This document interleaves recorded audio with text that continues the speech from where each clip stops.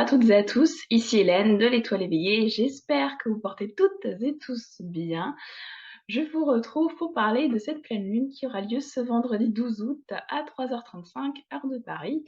Et comme d'habitude, je vous partage mon écran tout de suite pour que vous puissiez voir le thème de cette pleine lune.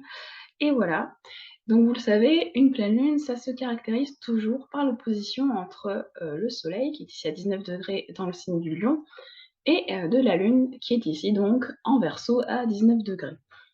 Et on va parler du coup de ce signe. Alors le Verseau, c'est un signe qu'on pourrait résumer vraiment si on devait ne donner qu'une phrase, et bien moi je penserais à la devise française, liberté, égalité, fraternité, parce que c'est un signe qui aspire justement à beaucoup de liberté, d'indépendance, qui est aussi très altruiste, qui n'aime pas qu'on lui impose des règles, surtout quand elles sont injustifiées. Il monte tout de suite au créneau. Il cultive aussi une certaine forme d'originalité. Il peut être souvent à contre-courant. Alors ça, c'est bon ou moins mauvais, hein, ça après tout dépend de la vision qu'on a de la chose. C'est un signe qui va être très ouvert d'esprit, mais qui peut être aussi assez dispersé, voilà. Un petit peu comme c'est un signe d'air, hein, un peu comme le Gémeaux, voilà, il y a cette idée un petit peu de partir un peu dans tous les sens.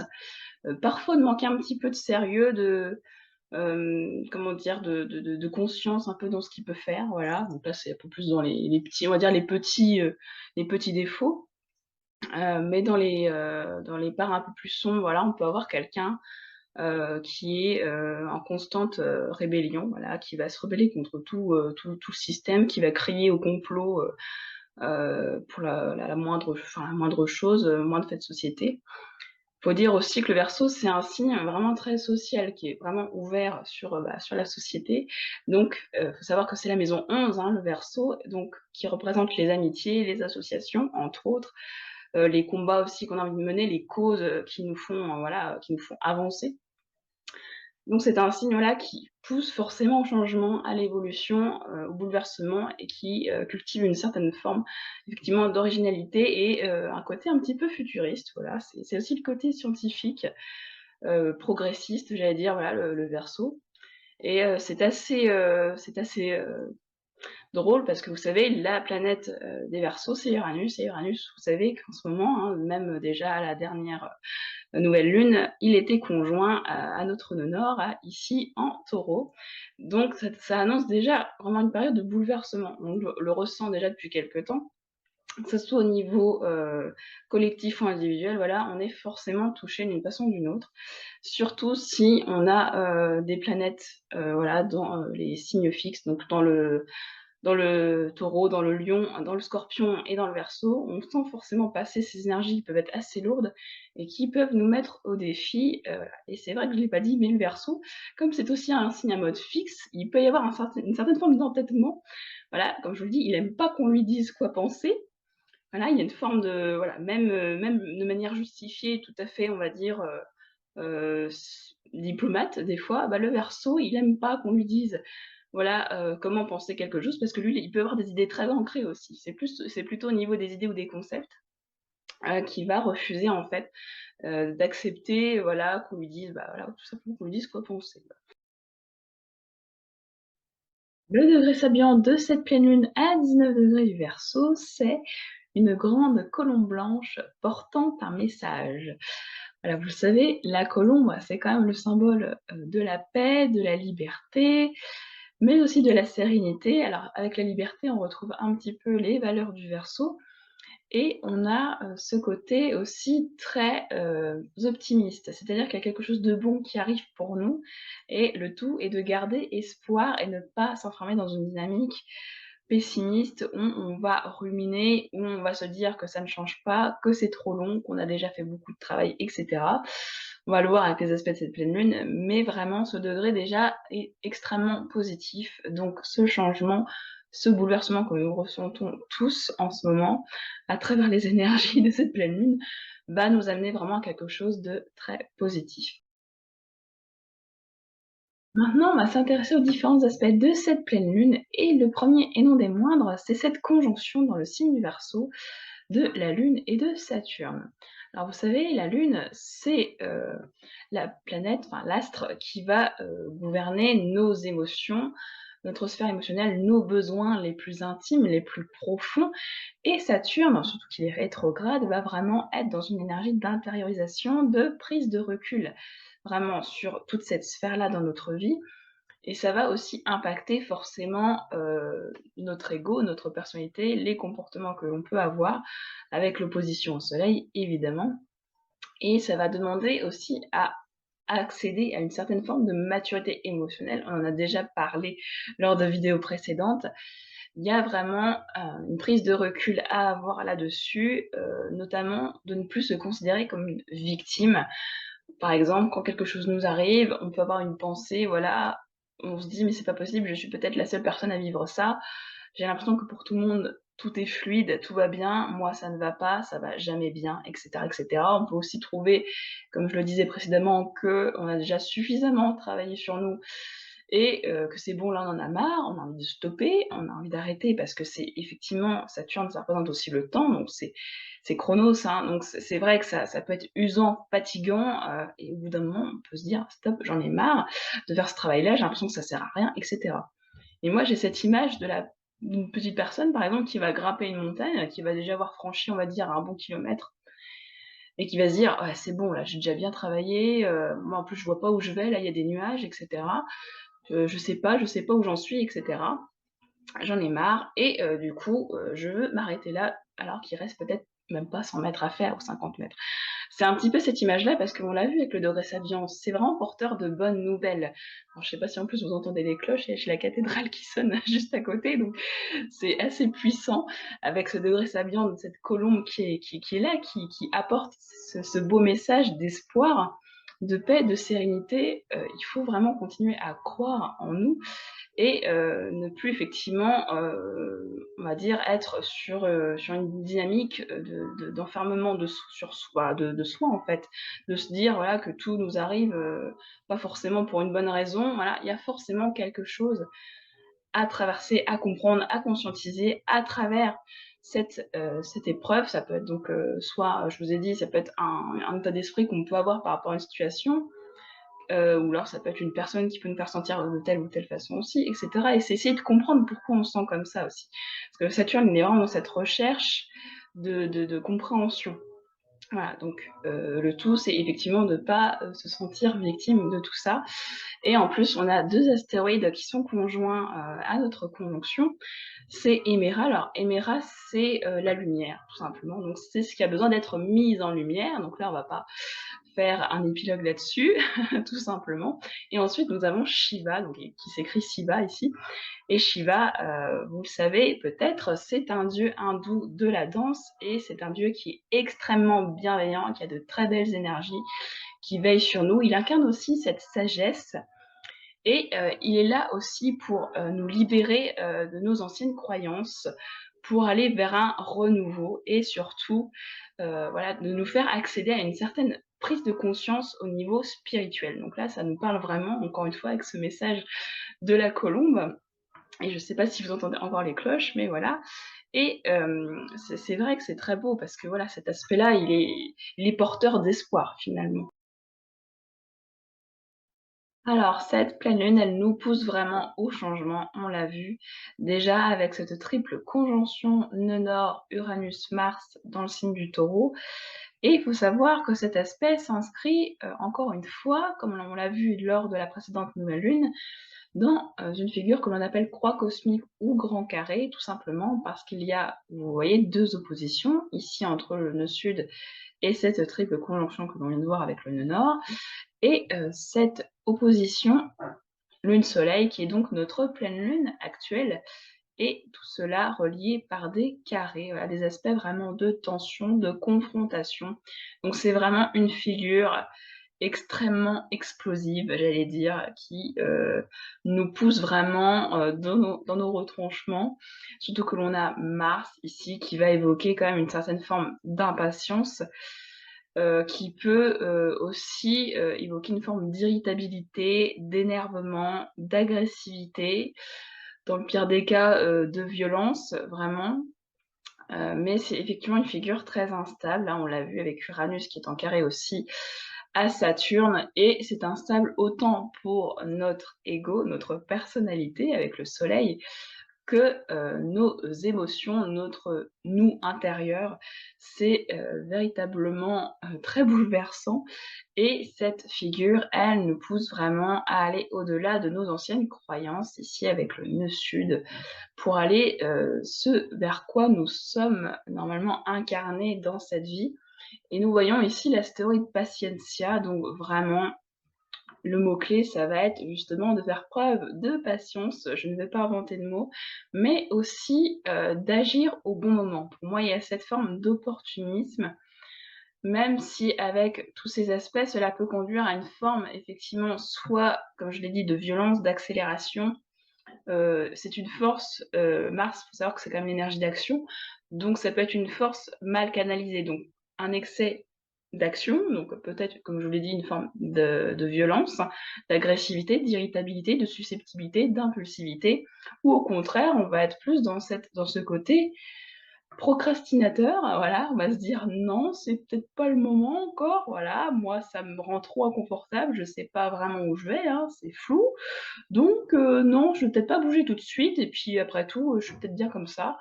Voilà, c'est il y a une notion de difficulté comme s'il y avait quelque chose on n'arrivait pas à dépasser.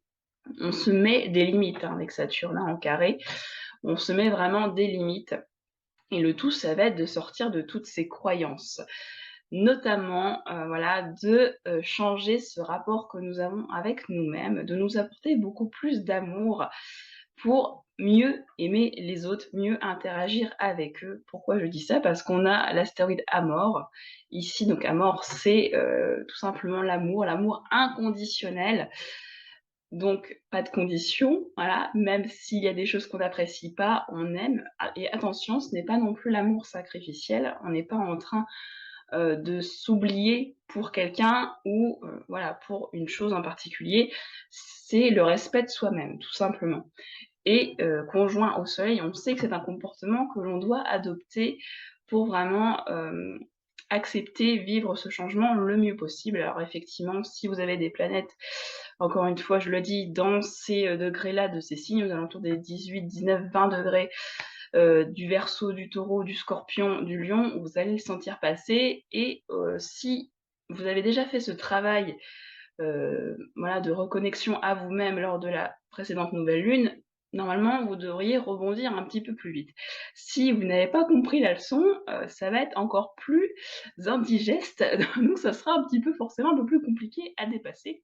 Mais attention, ce n'est pas une figure fataliste, c'est vraiment quelque chose qui nous fait travailler, c'est un défi, un challenge, parce que sinon on n'aurait rien à faire et notre vie serait assez terne finalement. Donc il y a vraiment une prise de conscience aussi à ce niveau-là à avoir. On sait qu'on est vraiment dans une phase de prise de conscience parce que déjà, effectivement, on a Uranus conjoint au nœud nord, donc Uranus, c'est le déclic, hein, c'est l'énergie électrique qui va nous faire percuter quelque chose. On a déjà cette notion-là d'éveil, de compréhension, mais on a aussi l'astéroïde Eureka. Alors là, c'est pareil, ça s'invente pas non plus. Eureka, hein, j'ai trouvé littéralement, qui est en bon aspect, donc en sextile, à la Lune, à Saturne et aussi forcément en trigone à notre Soleil en Lion. Donc on a vraiment, comme je disais, cette compréhension qui arrive, cet éveil et ce côté: «Ça y est, je sais que c'est cette clé-là qui va me permettre d'accéder à ce changement et de le vivre de la meilleure façon possible». Et comme je le disais encore une fois, on passe vraiment par l'amour de soi parce que le Lion, c'est ça aussi, c'est le fait de s'apprécier, de s'aimer dans toutes ses facettes et de rayonner. Voilà, c'est vraiment cet esprit-là du lion qu'il va falloir conscientiser et acter dans la matière. Et on a quand même beaucoup, d'énergie de, régénération, de renaissance, parce qu'on a, plusieurs astéroïdes, donc notamment Alicanto qui est conjoint à notre Mars en Taureau et Alicanto, vous le savez, c'est, le phénix chilien qui pousse à la renaissance, au nouveau départ c'est quand même assez fort, surtout au niveau de l'action, hein, quand même, hein. C'est une nouvelle façon de faire aussi et qui est en plus en très bel aspect, en trigone à notre Pluton. Donc Pluton, vous savez, c'est celui qui met le doigt sur ce qui va pas. Donc c'est et encore une fois, une forme de conscientisation, de se dire: «Voilà, ça ne va pas dans mon comportement, dans ce que je fais, voilà, dans mes comportements, dans ma personnalité. Il y a quelque chose qui ne correspond pas à ce que je devrais faire ou être» et ça permet d'accéder à une certaine renaissance et de changer son comportement par rapport à ça. On a aussi l'astéroïde, encore une fois, ça se commande pas, l'astéroïde Phénix, vous voyez ici, qui est conjoint à la lune noire en Cancer. Et ça veut vraiment dire qu'il y a, encore une fois, une forme de renaissance liée à une blessure karmique, quelque chose aussi qui peut avoir, quelque chose en rapport avec notre émotionnel, notre famille, le rapport à notre mère, notre rapport à la maternité, ça peut être par rapport à la grossesse, même aussi à la patrie, à nos racines, à nos origines. Il y a quelque chose de là qui est bouleversé, en fait, et qui va nous faire ressortir, rejaillir de nos cendres, en fait. C'est le principe du phénix, hein, voilà. Et on a aussi un très bel aspect, de ce Mercure-là qui est en Vierge. Donc Mercure en Vierge, c'est un Mercure déjà qui est chez lui, hein, aussi dans le signe de la Vierge. Donc il y a un esprit très analytique, beaucoup de discernement, de sobriété, voilà, une intelligence assez grande, assez vaste et on a, quand même un très bel, 2 astéroïdes en tout cas qui sont conjoints à ce Mercure, c'est Iris et Iris, vous savez, c'est la déesse messagère des de Héra en fait et qui symbolise l'intuition, le côté intuitif et du coup, c'est un petit peu, l'homologue féminin, de Mercure, voilà, le messager. Donc c'est vraiment une belle énergie, c'est l'alliance en fait, j'allais dire du cerveau gauche, du cerveau droit, la partie plus, rationnelle et la partie plus intuitive, plus créative et donc on demande à allier ces 2 parties-là et en plus, avec Orcus. Alors Orcus, c'est, presque alors il me semble que c'est une planète naine, à revérifier, mais il est quand même encore considéré, pour la plupart comme un astéroïde, mais c'est vraiment un astéroïde extrêmement puissant parce qu'il est assimilé à un dieu des enfers dans la mythologie romaine et il est là vraiment pour poursuivre le travail de Pluton. Alors vous savez, Pluton, il met le doigt où ça va pas, hein, c'est l'énergie Scorpion, hein, ça fait mal parfois parce qu'on ne veut pas voir certaines vérités, il est là pour nous faire accéder à cette vérité et Orcus, il est là justement pour nous pousser à la transition, après avoir eu cette prise de conscience. Donc c'est vraiment d'allier, comme je vous ai dit tout à l'heure, allier cette intuition, ce discernement pour justement, comment dire? Engranger ce changement, que nous demandent, Mars et Alicanto dans le signe du Taureau. Le dernier aspect dont je voulais vous parler, c'était cette opposition entre Pluton en Capricorne et de Vénus qui rentrera tout juste en Lion. Alors Vénus, vous le savez, c'est la féminité, c'est les valeurs, l'argent, nos possessions, notre sociabilité, mais aussi nos relations, notamment nos relations amoureuses. Et donc Vénus qui sera tout juste entrée dans le signe du Lion, alors a cette envie, ce besoin, de chaleur, de sensualité, de se reconnecter vraiment au sens, voilà, à tous ses sens, corporels et vous le savez aussi, Pluton, il est là pour faire prendre conscience de quelque chose, il est là pour initier une remise en question et cela peut tout simplement dire qu'il y a quelque chose à changer dans ces domaines-là de votre vie, donc votre rapport au corps, votre rapport, avec votre couple ou avec, l'amour et cetera. Effectivement, ça peut être aussi par rapport à la femme, à la féminité, à votre argent, à vos valeurs. Il y a quelque chose qui doit changer et donc c'est pas forcément très agréable, mais ça, en fait, une opposition, ça demande juste un équilibre. Si vous voulez, vous avez 2 énergies opposées qui doivent retrouver une complémentarité, en fait, en s'alliant. Et pour moi, il y a à retrouver cet amour de soi, se reconnecter à soi, à tous ses sens, comme on l'a vu, et vraiment d'émaner les énergies du lion, ces énergies solaires, créatives, artistiques, ça peut être théâtral, notamment dans le signe du lion. Il y a vraiment cette énergie-là qui va ressortir et pour moi qui, voilà, demande un petit peu encore, voilà, de travail. Alors, vous vous en doutez, les signes qui seront les plus touchés seront déjà, les lions et les verseaux, notamment aux alentours du 2e décan, hein. Ça marche aussi si vous avez des planètes, dans ces degrés-là, aux alentours du 19e degré, du lion et du verseau évidemment. Et ça se passera, on va dire un peu plus, sous tension, pour les signes, du Taureau et du Scorpion encore une fois, aux alentours de ces degrés-là.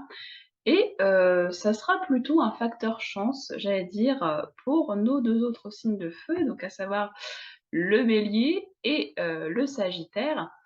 Il y aura aussi, plus de facilité pour les 2 autres signes d'air, à savoir les Gémeaux et les Balances. On l'a vu, cette pleine lune, elle s'inscrit vraiment dans une période de grands bouleversements, hein, autant au niveau individuel que collectif. Elle nous fait travailler, sur toutes nos résistances, nos croyances limitantes. Elle nous apprend à tout simplement nous reconnecter à nous-mêmes, à être plus patients, à savoir être persévérant malgré l'adversité, malgré la difficulté. Pour moi, c'est vraiment ça qui émane de cette pleine lune. Il y a aussi, le fait de se reconnecter à son unicité vraiment, de s'affirmer en tant qu'individu au sein d'un collectif, au sein de la société, avoir conscience de son rôle, on va dire, voilà, de ce qu'on a à faire ici, maintenant. Le Verseau, il a cette énergie quand même de leadership aussi, alors pas comme le Lion qui pourrait avoir ce côté un petit peu autoritaire, tyrannique. Le Verseau, il est plus dans un esprit, d'éveiller les consciences, en fait. Donc là, il y a vraiment, encore une fois, à reprendre conscience de tous ces schémas-là qui sont en nous, qui sont engrammés et à petit, alors j'allais pas dire petit à petit, mais il faudra même le faire maintenant si ça n'a pas déjà été fait, mais en tout cas commencer un travail de désengrammage de toutes ces pensées, de toutes ces croyances limitantes, voilà, notamment le fait de ne pas se sentir capable de quelque chose, de se victimiser, et cetera, et cetera. Ne nous résumons pas à nos blessures, encore une fois. Et donc, voilà, la clé de tout ça, c'est de reprendre confiance en soi, de s'affirmer. Voilà, on est encore dans des énergies très, très, lyonnesques, j'allais dire. Mais voilà, il y a vraiment aussi ce rapport, aux autres aussi, voilà, parce que si effectivement, notre rapport à nous-mêmes n'est pas bon, forcément nous ne pourrons pas interagir de manière, on va dire, saine avec les autres non plus. Pour moi, c'est vraiment là-dessus aussi que ça va jouer. Et vraiment, pour moi, cette pleine lune, donc oui, effectivement, elle est très challengeante, mais elle annonce quelque chose d'extrêmement positif aussi. On l'a vu avec le degré Sabian, où vous savez, cette colombe qui apporte un message, c'est quelque chose d'extrêmement positif et il faut garder espoir. Il faut rester dans cet idéal de liberté, de sérénité, de paix aussi, voilà, avec vous-même, avec les autres. Et c'est pour moi ça, la clé de cette pleine lune. Voilà, donc eh bah, écoutez, c'était Hélène, de l'Étoile éveillée. J'espère que cette vidéo vous a plu. Comme d'habitude, n'hésitez pas à liker et à commenter et moi je vous retrouve pour parler de la prochaine nouvelle lune qui aura lieu le 27 août. À bientôt!